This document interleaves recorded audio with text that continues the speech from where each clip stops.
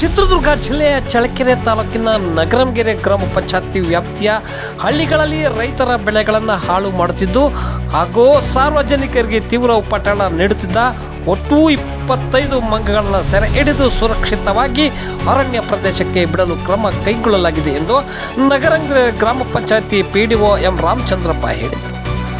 ನಗರಂಗೆರೆ ಗ್ರಾಮದಲ್ಲಿ ಕೋತಿಗಳ ಸೆರೆ ಹಿಡಿಯುವ ಕಾರ್ಯಾಚರಣೆ ವೇಳೆ ಅವರು ಮಾತನಾಡಿ, ನಗರಂಗೆರೆ ಗ್ರಾಮ ಪಂಚಾಯತಿ ವ್ಯಾಪ್ತಿಯ ಹೊಟ್ಟೆಪನಹಳ್ಳಿ ಗ್ರಾಮದಲ್ಲಿ ಶಾಲಾ ಆವರಣದಲ್ಲಿ ಸೇರಿಕೊಂಡಿದ್ದ 3 ಕೋತಿಗಳು ಶಾಲಾ ಮಕ್ಕಳ ಮೇಲೆ ಎರಗಿ ಗಾಯಗೊಳಿಸಿದವು.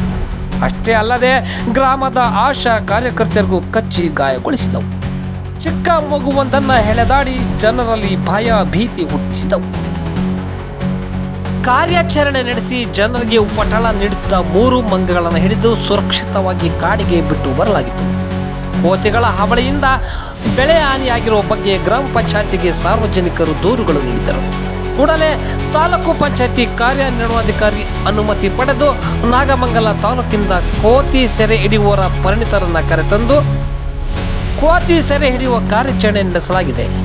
ಈಗಾಗಲೇ 3 ದಿನಗಳಲ್ಲಿ ಕಾರ್ಯಾಚರಣೆಯಲ್ಲಿ ಇದುವರೆಗೂ ಸುಮಾರು 25 ಕೋತಿಗಳನ್ನು ಸೆರೆ ಹಿಡಿದು ಅರಣ್ಯ ಪ್ರದೇಶಕ್ಕೆ ಬಿಡಲಾಗಿದೆ. ಇನ್ನು 3 ದಿನ ಕಾರ್ಯಾಚರಣೆ ನಡೆಸಿ ಉಳಿದ ಕೋತಿಗಳನ್ನು ಸೆರೆ ಹಿಡಿದು ಅರಣ್ಯಕ್ಕೆ ಸುರಕ್ಷಿತವಾಗಿ ಬಿಟ್ಟು ಬರಲಾಗುವುದು.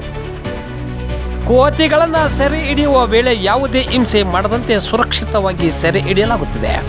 ಅಷ್ಟೇ ಅಲ್ಲದೆ ಗ್ರಾಮ ಪಂಚಾಯತಿ ವ್ಯಾಪ್ತಿಯಲ್ಲಿ ನಾಯಿಗಳ ಕಾಟಕ್ಕೆ ಬ್ರೇಕ್ ಹಾಕುವಂತೆ ಸಾರ್ವಜನಿಕರು ಸಹ ಮನವಿ ಮಾಡಿದ್ದಾರೆ. ಇನ್ನು ಗ್ರಾಮ ಪಂಚಾಯತಿ ವ್ಯಾಪ್ತಿಯಲ್ಲಿ ಕೆಲವು ಮರಗಳಲ್ಲಿ ಹೆಜ್ಜೆಯನ್ನು ಗೂಡಿನಿಂದ ಸಾರ್ವಜನಿಕರಿಗೆ ತೊಂದರೆಯಾಗುತ್ತಿತ್ತು. ಹೆಜ್ಜೆಯನ್ನು ಕೀಳುವವರನ್ನು ಕರೆಸಿ ಅವುಗಳನ್ನು ಸಹ ತೆರವು ಮಾಡಲಾಗಿದೆ ಎಂದು ಮಾಹಿತಿ ನೀಡಿದರು. ಕೋತಿಗಳ ಉಪಟಳಕ್ಕೆ ಬ್ರೇಕ್ ಹಾಕಿದ ಗ್ರಾಮ ಪಂಚಾಯತಿ ಅಧಿಕಾರಿಗಳಿಗೆ ಗ್ರಾಮಸ್ಥರು ಮೆಚ್ಚುಗೆ ವ್ಯಕ್ತಪಡಿಸಿದರು.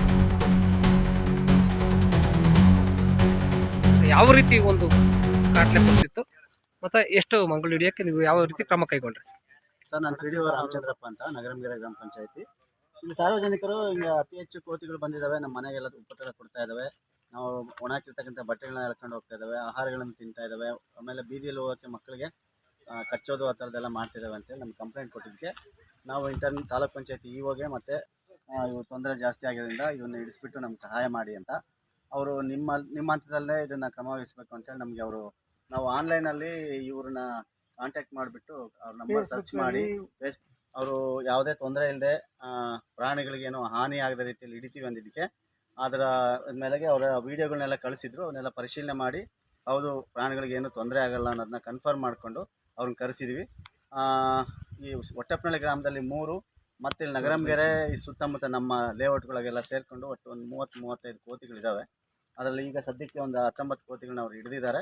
ನಾಳೆವರೆಗೂ ಎಷ್ಟು ಸಿಗ್ತವೆ ನೋಡಿಕೊಂಡು ಅದನ್ನು ಎಲ್ಲಿ ಸುರಕ್ಷಿತ ಅರಣ್ಯ ಪ್ರದೇಶ ಇದೆ ಆ ಪ್ರದೇಶಕ್ಕೆ ಅವನ್ನೆಲ್ಲ ನಾವು ಸಾಗಿಸ್ತೀವಿ.